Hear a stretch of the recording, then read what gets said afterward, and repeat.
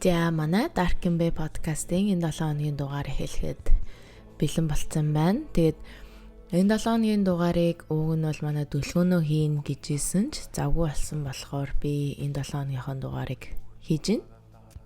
За тэгээд ямар ч лсэн эхлэхээс өмнө нэг зүйл хэлэхэд манай подолкнууд гарцсан байгаа. Тэгээд нэг улаан өнгөтэй, хар өнгөтэй, тэгээд хоёр хар өнгөтэй байгаа манай. Тэгээд 3 төрлийн өөр стайлтай. Тэгээ хэрвээ хүсэх юм бол манай Instagram-ийн Dark and Bay гэсэн инста руу ороод тэгээд private message явуулаарай. Бас дахиад нэг юм хэлэхэд бид өөр хаяада юм хөөрхөн түүх ярьдаг шүү дээ, нөгөө нэг болсон явдлынхаа төгсгөлд. Тэгээд хэрвээ тэрэн шиг болон тэрнээс өөр сэдвүүдийг яг ингээд сонсомоор байх юм бол тэрийгэ комент хэсэг дээр үлдээгээрэй. Өөр ямар төрлийн хэргийн талаар сонсомоор байна тэрийгэ ч гэсэн комментэн дээр хэлээрэй. За тэгээд эхлэхээс өмнө дахиад нэг зүйл хэлэхэд бах юм хэлчлээ. Subscribe дараарай. Тэгээд notification on болгоорой. За тэгээд хэрэг ярьж эхлэе. За энэ удаагийнхаа дугаараараа Anthony Todd-ийн гэр бүлийн талаар ярина. Гэхдээ Anthony Todd-ыг ярихаас өмнө ээж аавынхаа талаар жоохон яриадах юм. 1980 оны Bensalem, Connecticut Bob нь өөрийн эхнэр Loretta болон хоёр хүүхдийнхээ хамтаар амьдардаг гэр бүлтэй хүн байсан. Тэгээ Бобын мэрэгчлэн гэвэл янз бүрийн эмгэгтэй хүүхдүүдэд багш хийдэг, мөн хичээлийн дараа сурагчдад бүхий дасгалжуулагчаар ажилладаг. Тэгээ гаднаа маш сайн хүн шиг харагддаг эрэгтэй байсан боловч эхнэрийн хажуугаар нь бас дахин нэг өөр эмгэгтэйтэй хуурдаг. Тэгээ бүр тэр эмгэгтэйтэйгээ илүү татансаар агаад сүү тавьчдаг. Өөр одоо гэрэлцэн байжж давхар сүү тавьсан эмгэгтэйтэй болсон гэсэн. Тэгээ нөгөө эмгэгтэй ч гэсэн Бобыг их нэртэй өгөөг нь бол айгүй л мэдэхгүй лсэн баг.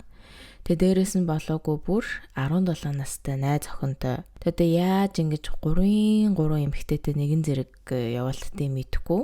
За ингээд нэг худалгүй Боб эхнэрээсээ яаж салах тухай бодож жоод одоо зүгээр салчихгүй алах төлөвлөгөөг бол гаргадаг. Тэгэд өөрийнхөө багшилдаг байсан одоо нөгөө сурахын эмгэгтэй нэг оюутан дээр очиод чи $800 болмоор байна уу? Болмоор байвал ерөөсөө л манай эхнэрийг будаад алахад л би одоо чам зүгээр л $800 өгье гэсэн чинь нөгөө хүн зөвшөөрөөд Боб хэлж байгаа байхгүй юу? Эхлээд манай эхнэрийг ажлыг нь тарахаар нь гадаа зогсож байгаад будчихаа. Тэгж хэлсэн ч одоо тэр төлөвлөгөөг бодоодсэн чинь бүтэхгүй юм шиг санагдаад ерөөсөө шүн орой болохоор чи манай гэрт ирээд бүх хүмүүсийг унтчих хооронд нь буутчих гэж хэлдэг. Би чамайг тэр орой гэрт очих хооронд чинь нөгөө нэг сүү тавьсан эмэгтэй дээрээ очиж хонноо. Одоо яг сүү тавьсан эмэгтэй дээр очиж хонно гэж хэлээгүй, өөр газар очиж хонноо. Тэгэнгүүт нь чи хулгаагаар ороод буутчаарай гэд Бобч нөгөө эмэгтэй руугаа явж нөгөө оюутан ч гэсэн шүн болж ахт нь хулгаагаар гэрт нь ороод Лоретаг нүүрлүүн нүдрүүн будчихдаг. Тэг хөөрхий Лорета бол нүдээ алдсан ч азар амьд үлдэж чадсан. Тэг гэрт тэр үед Лорета болон 4 настай хүүхэд нь тусынхаа өрөөнд унтчихсэн. Тэгэд энэ хоёр хоёулаа гэрт хоёр өөр эрэгтэй хүн явж исэн сонсогдчихсэн гэсэн. Тэгэд яг яагаад хоёр эрэгтэй хүн байна гэж бодсныг нь бол мэдэхгүй. За ингээд энэ хэрэг бол цагтаа нарт угаасаа л ер нь бол ойлгомжтой байсан. Хин Лоретаг алах нь. Тэгээ Боб удалгүй эхнэрээ алах гэж оролцсон хэрэгээр бол шүүх хурлан болоод 10 жилийн ялыг авдаг. Харин нөгөө оюутан нь болохоор Бобоос арай бага ялыг авдаг. За Лорета болохоор өөрийнхөө нөхрийг огт буруугүй гэж итгэсээр лсэн. Тэгээ бүр 10 жилийн ялыг аваад нөгөө оюутан нь хүлээн зөвшөөрчүүд ах ч хүртэл Лорета болохоор шүүх хурал дээр нь гэрчийн судал дээр суужгаад шүүхийн бүрэлдэхүүний өмнө манай нөхөр Боб бол ямарч буруу байхгүй. Түүнийг минь суллаж явуулаач дээ. Бити ингээд шоронд хийгээчтэй гэж хүртэл ингээд гуйгаад уйлж исэн хөрх юмхтэй. За тэгсэн ч угаасаа Боб буруутай болохоор шорондоо суусан. Харин Лорета хэдэн сар ингээд нөхрийгөө буруугүй гэж итгэж исэн ч сүүлдээ хүлээн зөвшөөрөөд одоо хоёр хүүхдээ аваад бүхнийг мартан цаашаа амьдрахаар шийддэг. Тэгээд цаашлаад бол өөр нөхөртэй ч болсон. Тэгээд бас хоёр хүүхдээ сэтгэл зүйчдэр нэлээд хэдэн жил аваачиж эмчлүүлсэн. Тэгээ энэ чинь нөгөө 1980-90-ад оны үед болсон болохоор бас тэр үедээ сэтгэл зүйч, сэтгцэн эрүүл мэндийн талаар нэг хайхардгүй байсан. Тэгсэн ч одоо Лорета бол хоёр хүүхдээ сэтгэл зүйчдэр хэдэн жилээр эмчлүүлсэн гэхээр бол маш их хариуцлагатай ээж байсан ингээ харагдчихэв. За харин Лорета Боб хоёрын 4 настай хүү Анthony Todd-ыг ярихад Анthony хүмүүс Tony гэж дууддаг. Тийм болохоор Tony-г дуудаа явжээ. Tony насанд хүртлээ хар дарсан энэ явдлаас болоод тэгээд өөрөөр бол нэг хүүхэд насныхаа талаар бол нэг яриад ах зүйл байхгүй. Ямар нэгэн ярихар зүйл бол тохиолдоогүй. Tony 10 жилийн ахлах сургуульд байхдаа найз охин цаашлаад өөрийнх нь эхнэр болох Megan гэдэг охинтой танилцж энэ хоёр цугтаа нэг коллеж руу хүртэл явцгаасан. Тэгэд энэ хоёр гэрлэхээс өмнө 8 жил цуг байжгаад гэрэлцгээсэн. Тэгээд энэ хоёр хоёулаа христийн шашинтай сургуульд байхдаа сүмдээ хаяал явдаг байсан бол гэрэлцгээснийхаа дараа бүр сүмдээ бүтэнсэн өдөр болгон явж эхэлсэн. Тэгээ бас өөрсдийнхөө амьдарч байгаа энэ Connecticut гэдэг мужта өөрсдийнхөө физик эмчилгээний газрыг хүртэл нээсэн. Тэгээ бас гэрлээд жил болсныхаа дараа хамгийн том хүү болох Alec-ийг 2007 онд дараа нь Tyler-ыг 2009 онд төрүүлсэн. Megan-ы бие бол үе мууддаг. Тэгээ яагаад тэгэхээр төрхөөсөө эхлээд зүрхний нэг эмэгтэй төрсэн бэлээ. Тэгээ тэрнээсээ болоод бие нь хаяадаа л өвддөг. Тэрнээс биш бол ерөнхийдөө бол эрүүл биетэй гэж хэлж болно. Тэгсэн чинь нэг удаа Тонигийн гэр бүлийнхэн Флорида руу гэр бүлээрээ амралтаар явсан чинь Меган буудалтай байхдаа нэг хорхоо тазуулаад ам хэлнийхээ эргэн тойронд бактерийн халдвар аваад бас илэгний шар өвчнийг авдаг. Тэгэд энээсээ болоод орж гарах ямар ч сонирхолгүй болж бүр маш ихээр биеийн жингээ алдаж эхэлсэн. Тэгэд энээсээ болоод одоо сэтгцийн гүн хямралд орсон. Тэгээд дээрэс нь хэд хэдэн хүүхдэн зулбсан. Энэ хүүхэд зулбсан талаар нь нөхөр нь хэлэхдээ болохоор хүүхэд зулбсан нь бол бүгд Megan-ы буруу байсан. Миний буруу ерөөсөө байгаагүй гэж Tony шууд хэлсэн. За ингээд хөөрхий хүүхэд нь ингээд зулбаад удаагүй байхад Megan-ы аав нь амиа хорлож нас ордог. За ингээд Megan-д бол ерөнхийдөө ямар хэцүү яг тэр үеийнхэн амьдрал байсан нь бол харагдаж байна. За тэгээд Тонигийн хэлснээр бол Есүс Христэд итгэдэг байсан Megan христийн шашнаасаа өөр шашин руу орохыг хүсэж Хиндуизм гэд энтгэгийн шашинд итгэж эхэлсэн. Тэгэд яг яагаад тэгэж Хиндуизм гэдэг шашинд Хинду гэдэг шашинд итгэж эхэлсэн гэж хэлснийг бол мэдэхгүй. Megan ерөөсөө л ингээл эрүүл ах гэл жоохон йог хийгээд эхэлсэн чинь Хиндуизм гэдэг шашинтай болцсон штэ манай эхнэр амар солиотойгоос тэгэл хүмүүст яриа явуулсан. За Megan Tony 2016 онд Zoe гэдэг охинтой болдог. Тэгэд охинтой болохынхаа өмнө нөө дараа нь ямар ч л байсан Флоридагийн Celebration гэдэг хотод байшин худалдаж авдаг. Энэнд хачирхалтай 3 зүйл байсан. Тэгээ нэгт гэвэл тэр байрандаа өөрсдөө ерөөсөө амьдраагүй, авсан байраа түрээслээд өөрсдөө дахин нэг өөр байрыг түрээсэлж амьдарсан. Хоёрт гэх юм бол нөгөө хувийн физик эмчилгээний газар нь Connecticut хэвээрэл байсан. Тони ажилдаа 1-5 дахад ажиллаад харин хагас бүтэнсэн Флорида руу гэртээ ирдэг.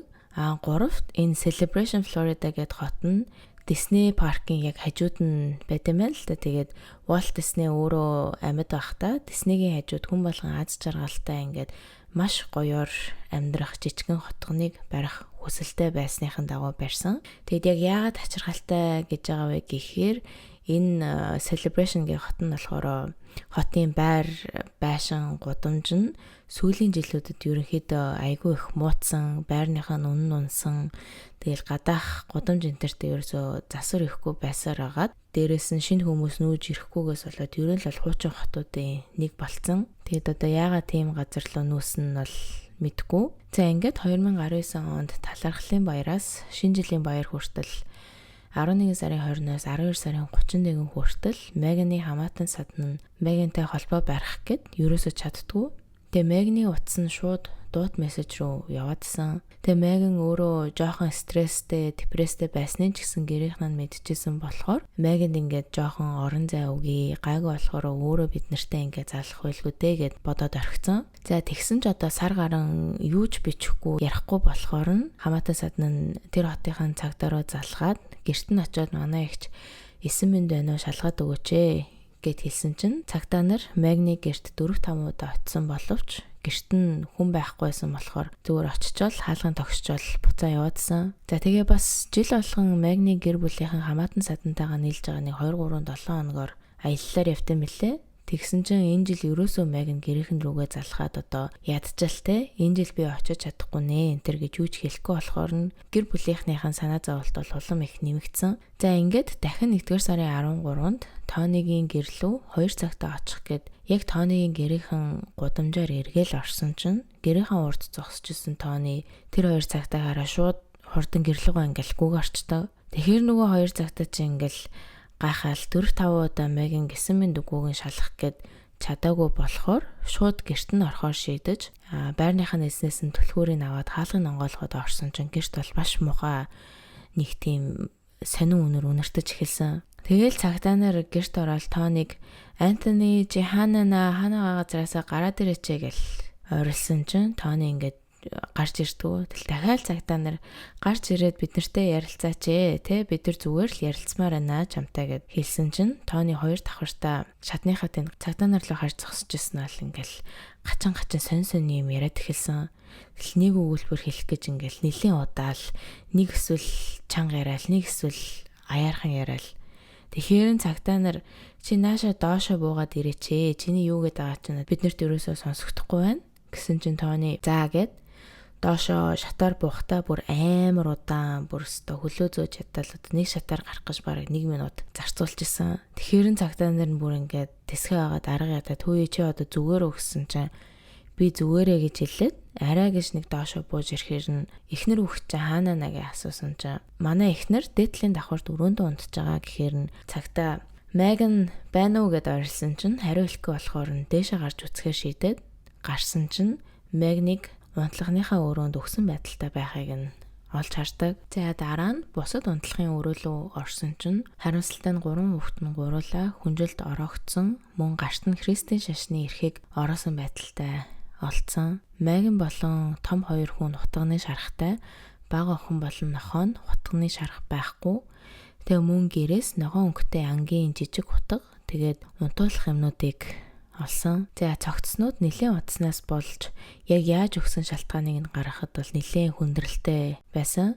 Тэгээ Меган болон хүүхдүүдийн аль нь ч утгалуулснаасаа болж үхээгүй харин ямар нэгэн байдлаар зодуулж бас унтлагын эмэнд хордож өгсөн гэсэн дүгнэлттэй. 2 том хүүхэд нь унтлагын эмэнд хордож өгсөн. Тэгээ Тонигийн талаар нуруугаар нөхөд оргуулсан юм хэлэх юм бол Тони өгсөн ихнэр хүүхдүүдтэйгээ бүхэл бүтэн 1 сарын туршид цуг амьдарсан. Тэгээ баг өгсөн ихнэрийнхээ хажууд нь орой болгон унтчихсэн ч магадгүй. Тонигийн хэлснээр бол нөгөө Connecticut мужид ажиллаж агаад ажилласаа ирсэн чинь ихнэр болон хүүхдүүд маань өгсөн байгааг мэдсэн гэж анх цагтаа нарт хэлсэн. Тэгэд манай эхнэр эхлээд хүүхдүүдийг минь алаад дараа нь хог маань алсан тэгчээд хамгийн сүүлд өөрийнхөө амийг хорлсон. Murder suicide буюу эхлээд хүн алчаа дараа нь өөрийгөө алсан нь Меганы хэдэн жилийн туршид зовсон сэтгцийн гүн хямралаас нь болсон. Тэгээ бас шинээр хинду шашинтай болсон ч бас нөлөөлсөн бах. Яагаад гэхээр одоо family lineage karma burning гэд кармагаа шатаах гэсэн утгатай нэг тийм үзэл бодолт бол гүн автцсан. Дээрээс нь нэмээд Меган дэлхийн сүрэл удахгүй болно гэж бодож исэн болохоор дэлхийн сүрхээс өмнө хүүхдүүдээ болон өөрийгөө бас нохотоогоо зэрэг өгөх юм бол одоо бүр гоё ертөнцид хүүхдүүдтэйгээ эргэн төрнө гэж итгэжсэн болохоор ийм зүйл хийсэн гэж цагтаа нарт хэлдэг. Тэгэд энийг нь батлах бас нэгэн зүйл гарч ирсэн гэвэл Меган Тонигийн эгч рүү 12 дугаар сарын 28-нд дэлхий сүрнэ гэсэн мессеж бичсэн. Тэгээ бас унтлагын өрөөнд нь Меганы сүүлийн үгээ бичсэн байгаа цагтлыг нь олдог. Тэгээд энэ бүгд яг тодорхой хэмжээний нотлох баримт боловч яг Меган бичсэн үгүү дээр бол ямар ч баталгаа байхгүй. Тони өөрөө ч одоо Меганы утсыг нь авч агаад Меганы эгч рүү мессеж бичсэн ч болно. Дээрээс нь тэр загтал нь болохоор компьютер дээр шивсэн болохоор Тони өөрөө ч гараараа шивсэн байж болно. Мөн гэрээс 8 ширхэг хоосон Benadryl-ийн савыг хогийн савнаас олсноос ихэнхдээ нь Тонигийн гарын хээ байсан. Тэгээд ангийн хутган дээр нь ч гэсэн дан Тонигийн гарын хээ. Тэгээ мөн 2 дахь удаа цагдаагийнхан Тонигийн гэрт очиход 4 ширхэг тасарсан пластик гарын хав. Тэгээ мөн орны толгойд уйсан улаан олс олддог. Тэгээ мөн шинжил болох гэсэн болохоор гацуур модны хажууд хүүхдүүдэд зориулан хийсэн ууттай бэлэгнүүд. Тэгээ мөн 2 ширхэг үрлэн сумтай буу байснаас нэгийг нь Меган Тони хоёрын орны доор харин нөгөөх нь хувцсны шүүгээний цүнхэн дор исэн. Тэгээ хүүхдүүдтэй л зориулж авсан баг. Тэгээ бас цүнхэн дотор сайн сурсан гэсэн сертификат байсан хүүхдүүдийнх нь нэгнийх нь. Тэгэд энэ бүгд мөрдөгч нарт бол маш чухал баримт болж исэн. Яагаад гэх юм бол одоо яагаад те дэлхийс өрхөхийг хүлээгээ сууж байгаа хүмүүс ингээд Christmas-тай бэлдээд ингээд сургуультаа маш сайн сурсан гэсэн сертификат аваа. Тэгээд сургуультаа удахгүй тэр чинь нөгөө өвлийн амралт болчихсон болохоор 1 сард эргээд сургууль нь орно. Тэрэндээ бэлдээд ингээд хамаг хувц хуунаар одоо тийм юм бэлдсэн байх юм бэ. Тэр нь бол их сэжигтэй санагдчихсан. Тэгээд цагдаа нар 5 дахь удаага Тонигийн гэрт нь очиж үзэхдээ Мегнийг 9 мэндийг шалгах гэж биш, харин FBI-ийн өмнөөс Тонийг баривчлах гэж явж исэн билээ. Тэгэд яагаад гэхээр Тони физик эмчилгээнийхээ газраараа далимдуулаад улсаас бол нэлээд их мөнгийг эдсэн байсныг нь барьсан учраас цагдаа нар баривчлах гэж явж байгаад Меган болон хүүхдүүдийнхэн цогцсыг нь олсон тэр. Тэгээд Тонигийн гэрийн хаалган дээр байрныхаа мөнгийг төлөөгөөс болж байраа түргэн чөлөөлж өгөөч гэсэн бичиг наалттай байсан. Бас гэрийн уртлын порчонд нь задлаагүй зөндөө загтлууд байсан. Тэгэд ер нь л бол гаднаас нь энэ гэрээг харахад бол хүн амьдрт юм уу юу гэмээр болцсон байсан. За ингээд 2019 оны 11-р сар буюу талархлын баярын үеэр Америкийн улсын байгууллага нь Тонийг нийгмийн даатгалаас мөнгө эзэж байгааг нь мэдээд оффист дайрж орж ирж хамаг одоо нотлох бичиг баримтыг нь цуглуулж авсан. Тэгээ оффис руу дайрж ороход Тони бол оффистоо байсан. Тэгэл амар кул царайлал худлаа. Тэр хүмүүсийг нь ороод ирэнгүүт лөө өстө тэг уухнаа чи ямар нотлох баримт хэрэгтэй байлээ. Юуг нь авах вүлээ. Тэдрийг нь бүгднийг ав наашаа ийшээ суулта ядарч гин үү. Пи уулта өгшөө ингээл бүр. Ерөөсөө л ингээл тэр ажилчдад кул харагдах гал байсан. Тэгснээ бас тэр шалгаж исэн хүмүүс нь Тонигоос чи улсаас ингээд яг хэдэн төгрөг идсэн юм бэ? Ер нь бол яг мөнгө идсэн үү гэж асуусан чинь Тони хариуд нь харин тийм идсэн юм аа.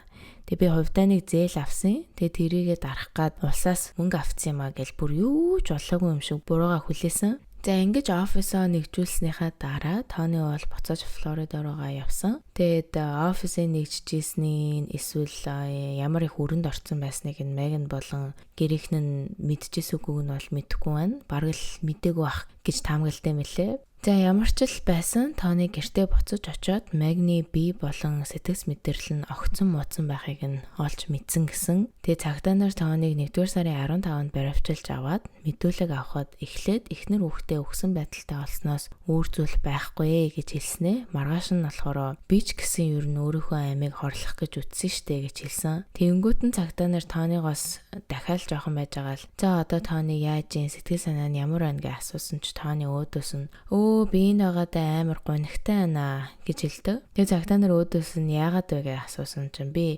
амиа орлох гэд унтлагны юм уусан чинь би ерөөсөө өхөөгүй. Би гэр бүлийнхэнтэйгээ ертөнцийн нөгөө талд цог баймаар байна. Энд шоронд та нартай ингээд цог баймааргүй байна гэж цагдаа нарт хэлдэг. Бас Меган Питер 4-р сараас хойш өгсний дараах амьдралын талаар баримтат кино үзэж эхэлсэн. Тэгээ Меган бол надаас илүүтэйгээр баримтат кинонд бараг донтцсон байсан. Тэгэд энэ кинонд дэлхийн сүрэл 12-р сард болно. Тэгээ сүрлээс өмнө гэр бүлийн гишүүд бүгдээрээ цуг өгөх юм бол дараа төрөлд цуг төрцгөөн гэж мэдэж аваад талархлын баяр болохоос өмнө гэр бүлээрээ бүгдээрээ одоо нэг ширээнд тойрч сууж агаад дэлхийн сүрхээс өмнө өхөл юу гэж бодож байна гэд хүүхдүүдээс асуусан чинь манай хүүхдүүд ч гэсэн зөвшөөрсөн гэж цагдаа нарт хэлдэг. Тэгээ дээрэс нь нэмээд бид нар хоолоо идчихэд десертэндээ болохоор Меган хүүхдүүд болон биднэрт шоколадын тортын дотор ханиадны юм хийгээд тэгээд би тэдэд хувааж өгсөн. Торт бол өстой янзын гоё амттай байсан ч харамсалтай нь бид нар бол үхээгүй гэж цагдаа нарт хэлдэг. Бас эми санч дээр очиод ямар юмнуудыг хойлж уувал өөхөх вэ гэж асуусан. Дээрээс нь нэмээд Quora гэдэг нэг вебсайтнаас хутгаар хүмүүсийг алах техникүүдийг судалсан гэж хэлдэг. Хамгийн бага 4 настай охиноо дэрээр амьсгалыг нь бууж алсан. Меган намайг өрөөнд багыгаа алчаад гараад ирээ. Дараа нь том хоёроо алъя гэж надад хэлсэн. Тэг намайг өрөөнд багыгаа алж авах хооронд Меган бол өрөөнд байн орж ирээд надаа ядаргаа болоод исэн гэж бүр хэлж байгаа байхгүй юу. Тэгэд ер нь Меган бол ингээд амар ядаргаатай өглөө штэ. Өстө нэрээ амар лайтай гэж цагдаа нарт бол байнгын л эхнэрээ муулаадсан. Дээрээс нь цагдаа нар Зөөгийн цогцыг эхлээд олохгүй байсан чинь Хүүрхий ээжийнхээ хөлний доор хүнчлэн дотор нь ингээд ихрэлдээд цогцсон бүр ингээд үхчээд алга болгочихсон байсан. Харин 13-тай том хүүгээ яаж алах вэ гэж агаад бит хоёр нилээн санаа зовсон. Яагаад тэгэхээр том биетэй бас хурдан болохоор тэгтээ Меган надаа Алекийн биеийг нь барихтан тусалснаар би амьсгалыг нь төгчөж алаа. Тэгээд дээрэс нь хэд хутгалсан гэсэн. Тэгэд энэ дээр бас нэг юм хэлэхэд хүүхдэнтэй хэрвээ үнэхээр л өхмөр байсан бол яагаад өөр тийшээгээ цухтаагаад явчихна гэж байхав. Тэр нь жоохон сэжигтэй. Хоёр дахь хүүгээ бас адилхан аргаар алчаад Меган дараа нь өөрөө унтуулахын матга дүүрнийг виногоор даруулж уугаад дараа нь нэлэг рүүгээ өөрийгөө хутгалж өгсөн гэсэн. Тэгэд одоо амиа орлож байгаа хүмүүсийн 3-аас бага хувь нь ийм аргаар өгдөг. Тэг гидс рүүгээ хутгалах нь бол маш удаанаар цус алдаж маш их өвдөлтийг мэдэрч өгдөг учраас одоо ихэнх амиа орлохоор шийдсэн хүмүүс нь ийм аргаар хөвчлэн өгдөггүй гэсэн судалгаа байт юм лээ. За тооны дараа нь өөрийгөө унтлагын имээр алах гэж утсан, бас боомлж утсан, гар хуруугаа зүсэж үтсэн, ерөн л янз бүрийн аргаар өөрийгөө алах гэж оролдоод юусоо бүтээгүй. Нөгөө Меган амиа орлохоос өмнө загтал битсэн гэсэн шүү дээ. Тэрийг компьютер дээр нэгдүгээр сэжигтэй зөвлөн шивсэн байсан. Тэгээ захианыхын талаар хальт хэлэх юм бол дэлхий удахгүй сүрнэ. Тэгээд шин төрөлд хамтдаа байхын тулд бид бүгд гэр бүлээрээ өгсөн. Тэгээ бас миний бие маш ихээр өвдөж байгаа учраас өвчин зовлонгоосоо салмаар байна гэсэн.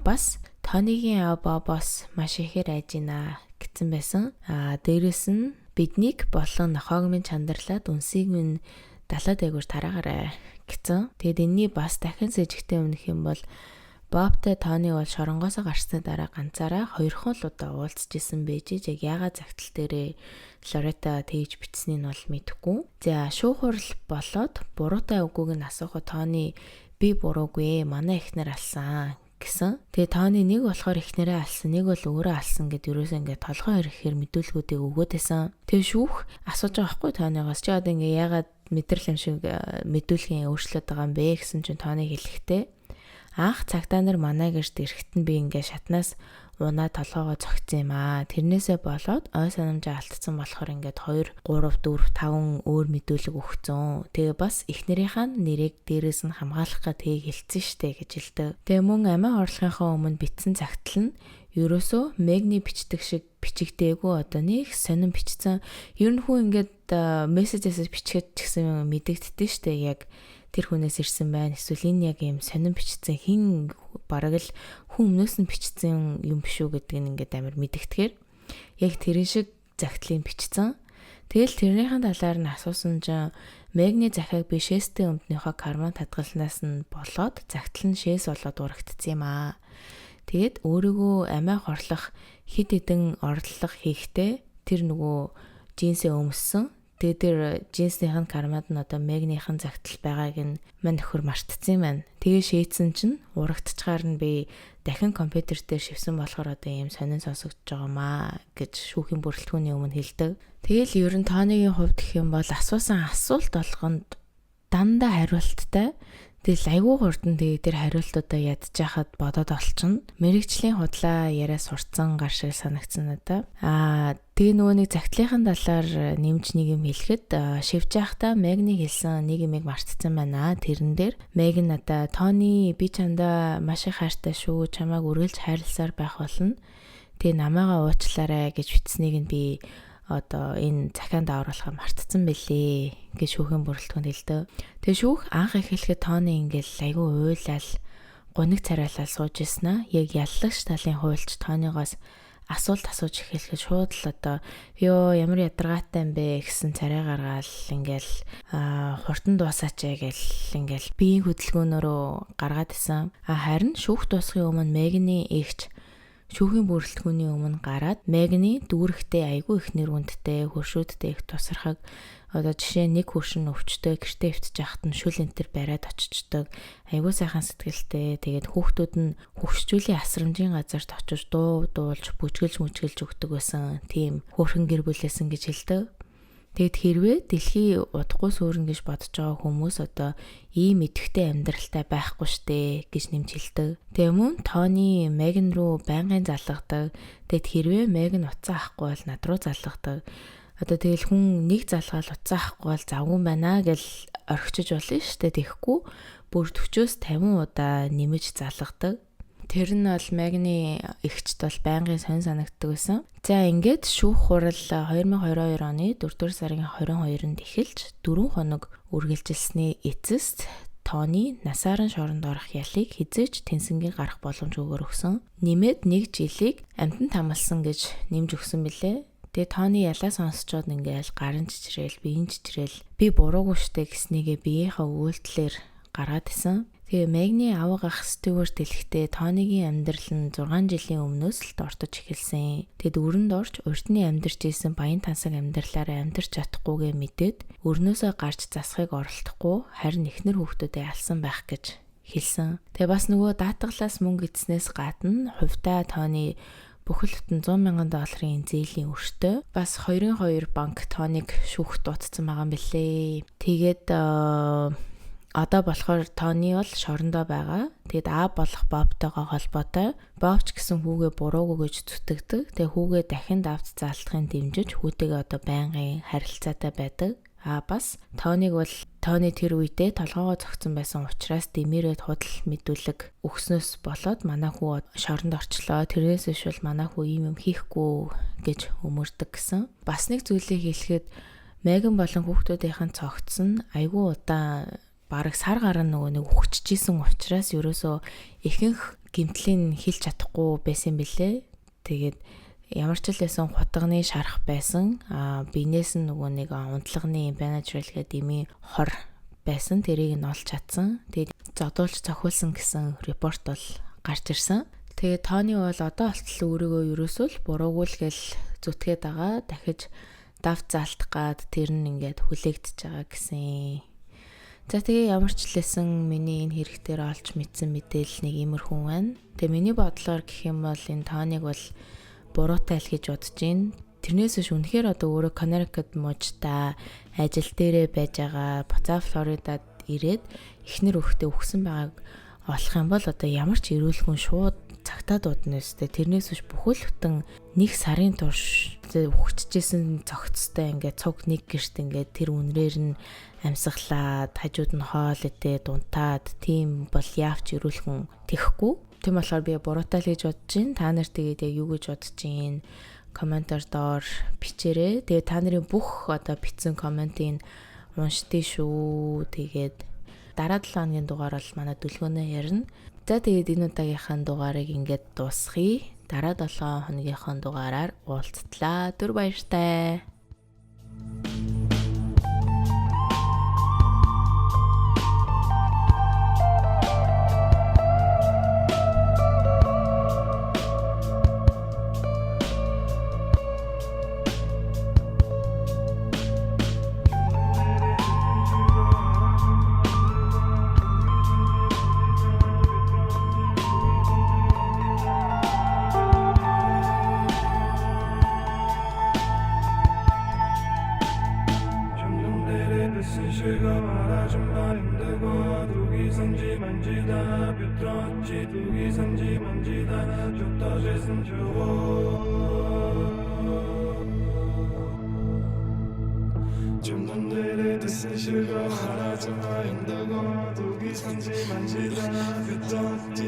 산지 만지다 줬다 재산 채워